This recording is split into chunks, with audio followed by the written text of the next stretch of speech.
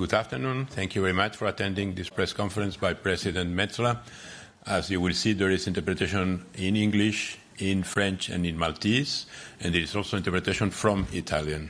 President, please. Thank you very much. Good afternoon to you all. This is the last formal European Council before the European Parliament elections, and I have just addressed a number of important issues with the other leaders. Let me here focus on the most urgent of them. First of all, on Ukraine, I was very clear in the European Parliament's position that we must continue to do whatever it takes to help Ukraine defend itself. This means that we have a collective responsibility to speed up and intensify our efforts to deliver the equipment that Ukraine needs. It is really time to go from rhetoric to action, because Ukraine is acting as a shield for Europe. So the responsibility is also on us to act as a shield for Ukraine.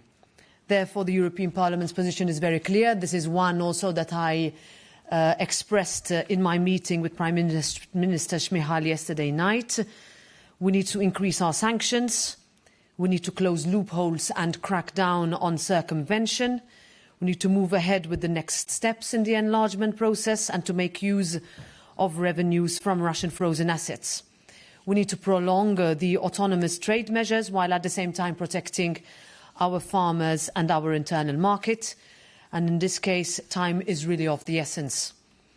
Secondly, we need to strengthen our own security. This is an issue on which citizens from all countries expect us to deliver, and it is what the Parliament is calling for. We must be ready for the next steps of cooperation between us all. In this new world, going it alone will not work. It is truly a time to take a giant leap forward towards a real security framework in line with all member states' obligations and neutrality. The same is true for enlargement. A larger union with membership based on clear objectives, criteria and merit will always serve as the best investment in peace, security, stability and prosperity on our continent. That is why it is time to open EU accession negotiations with Bosnia and Herzegovina today. We cannot talk about peace, security and stability without addressing the desperate situation in the Middle East. This is why the European Parliament will continue to push for an immediate ceasefire, why we will keep demanding the return of the remaining hostages, and why Hamas cannot continue to operate with impunity. This must be our united European message. And I called for clear conclusions today to reflect this. We also need to get urgently more aid into Gaza, because this is how we can save innocent lives, and above all, how we can push forward the urgent discussion on a two-state solution. Finally, we are now 77 days from the start of the European Parliament elections. This was actually quite a big focus of the exchange with the Prime Ministers. I used the opportunity, and I here do it again, to emphasise the importance of focusing on the remaining legislative instruments that still need to be adopted, voted on, entered into force. We still have a lot of work to do. Among them is the vote on the migration package, which is a massively important deal for Europe, especially ahead of the elections. It shows that we have delivered and that this is how we can persuade people to vote. This is why every vote matters, and it is how Europe will move forward, by delivering with real, tangible results that we can use to counter fake populist narratives, and how we fight disinformation and propaganda from actors that are clearly hostile to the European project. I'll leave it here and happy to answer any questions. Thank you very much. Leonardo, please, you have the floor. Good afternoon, President. Approfitto, parlo italiano, per una domanda in italiano. Rispetto alle spese per la difesa, la necessità di investire sulla difesa, qual è il suo punto di vista? Crede che l'Europa debba andare in questa direzione e se siamo pronti per andare in questa direzione? Sì, grazie per la domanda. Comincio per dire che l'Unione Europea, non possiamo mai dimenticare questo, è stata creata come antidoto alla guerra. È stata creata per sostenere la pace. Ma l'invasione russa dell'Ucraina ha cambiato tutto questo. Il nostro progetto di pace dipende dalla nostra capacità di essere sicuri e autonomi. Quindi se vogliamo seriamente proteggere la nostra sicurezza collettiva, dobbiamo anche agire per costruire un nuovo quadro di sicurezza dell'Unione Europea. E questo è importante anche in vista della riunione di oggi di tutti i capi di Stati e Governo. Nel dare forma a questa nuova architettura abbiamo già trovato un accordo su diverse questioni che molti ritenevano impossibili, anche 2 anni fa, anche 6 mesi fa. Ora dobbiamo essere pronti per il prossimo passo della cooperazione tra tutti noi e in questo nuovo mondo. Questa è una discussione in tutti i nostri paesi, anche in preparazione per le elezioni, ma anche cosa succederà dopo. E questo era anche parte della discussione che io ho avuto con il premier ucraino ieri sera, che andare da soli non funzionerà. È per questo che se possiamo agire insieme, possiamo essere molto più forti che se facciamo le azioni in modo individuale. Thank you. Next question. Yes, please. Sir. Robert Cremona minn Malta għal Net Television. Illum is-Segretarju Ġenerali tan-Nazzjonijiet Uniti Antonio Guterres faħħar lill-Parlament Ewropew u lilek għax-xogħol siewi fil-ħarsien tal-valuri fundamentali. X'ħidma qed iwettaq il-Parlament Ewropew biex iħares id-drittijiet umani ta' dawk l-aktar vulnerabbli li jinsabu fiż-żoni ta' gwerra? U t-tieni domanda jekk ma jimpurtax, insejjaħ tal-Task Force Ewropea li tindirizza l-implikazzjonijiet ekonomiċi kaġun ta' dak li qed jiġri fil-Baħar l-Aħmar. Xtaqtek telabora ftit dwar din il-proposta? Grazzi. L-ewwel nett kien ta' sodisfazzjon kbir li s-Segretarju Ġenerali tan-Nazzjonijiet Uniti qal li l-Parlament Ewropew mexa b'mod impeccabbli fejn tidħol is-sitwazzjoni fil-Lvant Nofsani. Aħna kommessi li nibqgħu nipproteġu l-valuri u l-liġijiet internazzjonali f'mumenti ta' kriżi madwar id-dinja bħalma qed insegwu bħalissa, irridu nżommu sodi u niddefendu l-umanità u għalhekk qed fid-diskors tiegħi għal darb'oħra li hemm bżonn ceasefire u li l-ostaġġi irridu jirritornaw darhom. Dwar it-task force, fuq dan ukoll hija riflessjoni ta' ħafna bid-diskussjonijiet li kelli ma' diversi prim ministri li huma mill-viċin tagħna fil-Baħar Mediterran fejn se sostnew kemm importanti li nsibu soluzzjoni fuq livell Ewropew. Jiġifieri il-proposta tiegħi lill-Prim Ministri Ewropej kienet li għandna naħdmu flimkien fuq task force immexxija mill-Unjoni Ewropea biex nindirizzaw l-impatt li qed iwassal għad-dewmien, problemi biex jinħażnu l-prodotti u l-implikazzjonijiet finanzjarji ta' kull min jimporta l-prodotti, ta' kull min jiddependi fuq dik l-importazzjoni biex jasal lejn il-pajjiżi Ewropej fil-Mediterran inkluż dak tagħna. Next question, Pietro, please.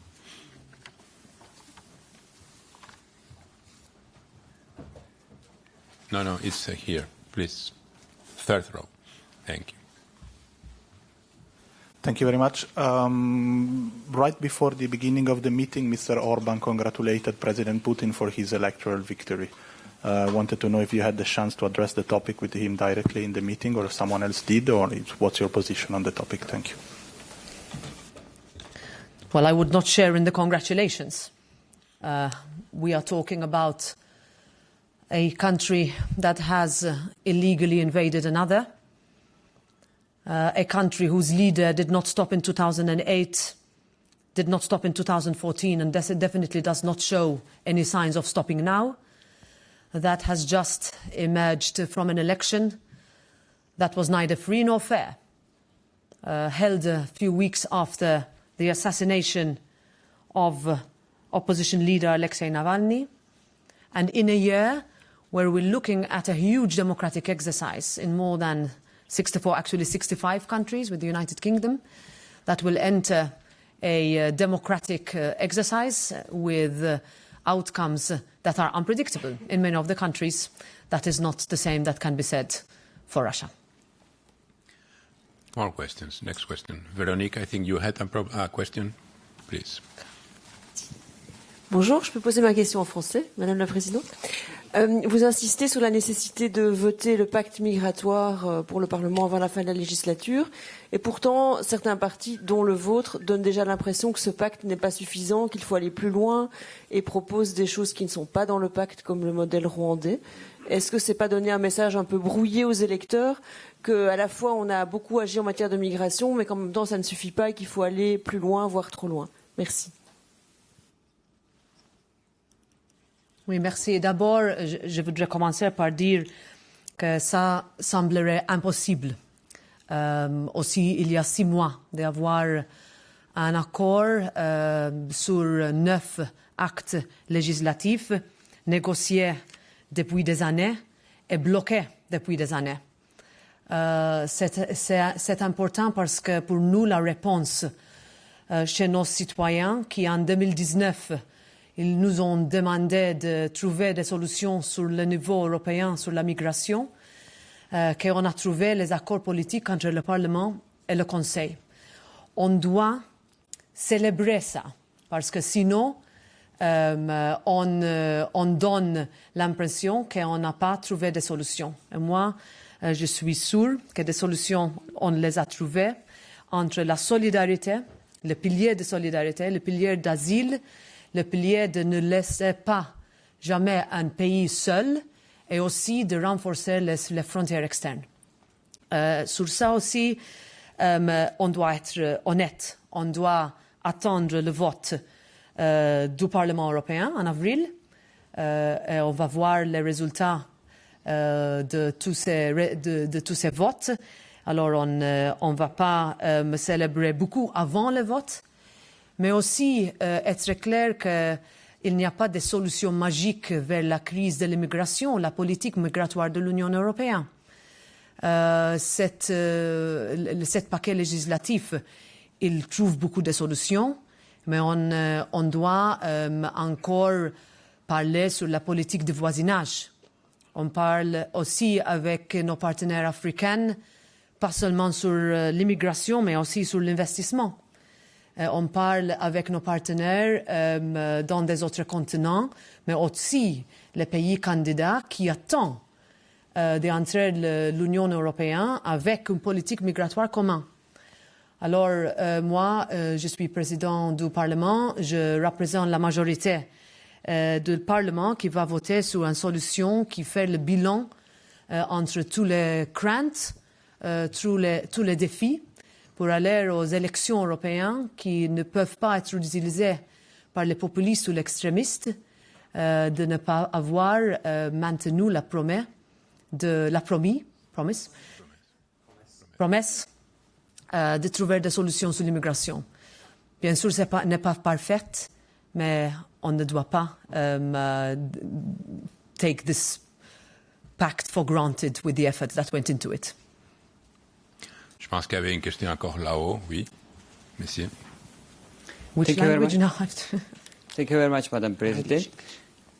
On Wednesday, we celebrated the International Festival of Nowruz, and in Afghanistan, at the same time with the new educational year also started for the 3rd time in a row without girls. Also, there are more than 150 restrictive orders from the Taliban against women's rights. Which actions do you think that EU and the free world can take to protect the women and girls of Afghanistan during this time of gender apartheid?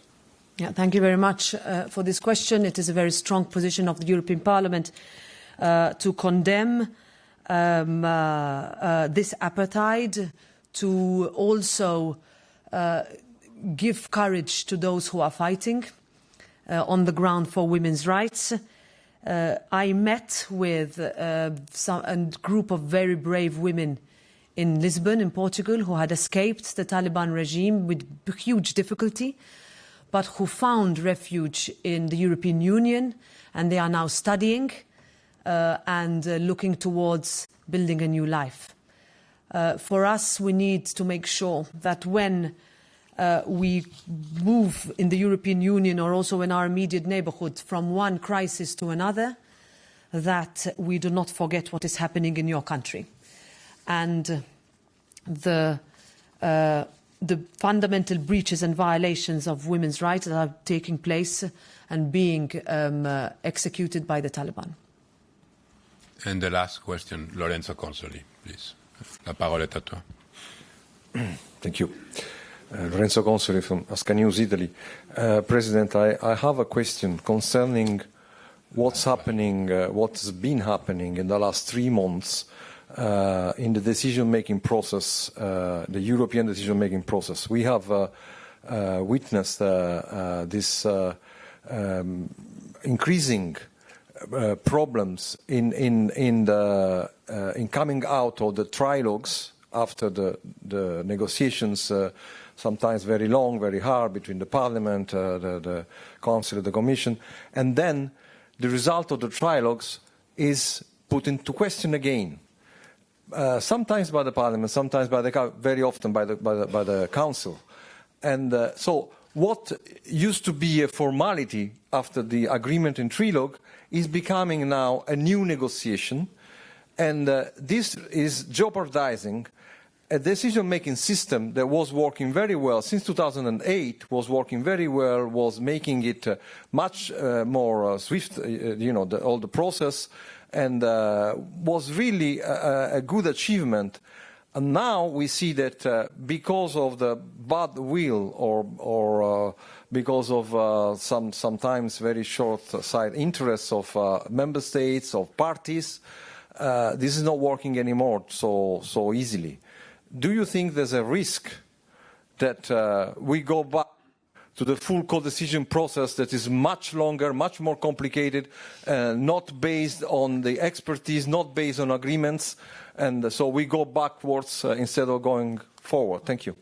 Well, thank you very much. I am a lawyer, and I spent much of my youth in these very long co-decision and conciliation procedures when I worked here in the Council. And you are right in saying that for many years this has, let's say, been a little bit smoother. I have been in this room a little bit over a year ago where I, on behalf of the Parliament, called for more legislative predictability and also respect for institutional prerogatives. And these are not mutually exclusive in the sense that when there is an agreement, the agreement should be respected, but also if there is a new political reality, or, as is now the case, as we enter, as is normal, a very tense, hectic electoral campaign where everybody is either a candidate or involved in the European elections, will, of course, try to bring a legislative instrument closer to that country's interest, or that person's interest, or that institution's interest. I remember the same happened in the last few months in 2019 before the last election, and similarly in 2014. I would not jump to the conclusion that this is, let's say, undermining the very essence of how we work, rather that the next few weeks will show the determination of majorities to move forward. Those majorities are sometimes extremely tight. The majorities are not always easy to see at the beginning of negotiations and at the end. And you also see here in the Council where positions fluctuate from one week to another. That is part of our reality, and we will try our very best to make sense of it as we enter the last few weeks of the campaign, for our citizens to feel that what is happening in Brussels is being done for them, and to understand what is being done. There's one thing that I have heard innumerable times in each of the member states that I have visited as I work with members of the European Parliament and government leaders to bring out the vote is that there is that gap that must be bridged. And that gap can be bridged if we are clearer, if we are honest, and if we explain step by step why we are doing certain things in Brussels or in Strasbourg. Thank you very much. Merci beaucoup.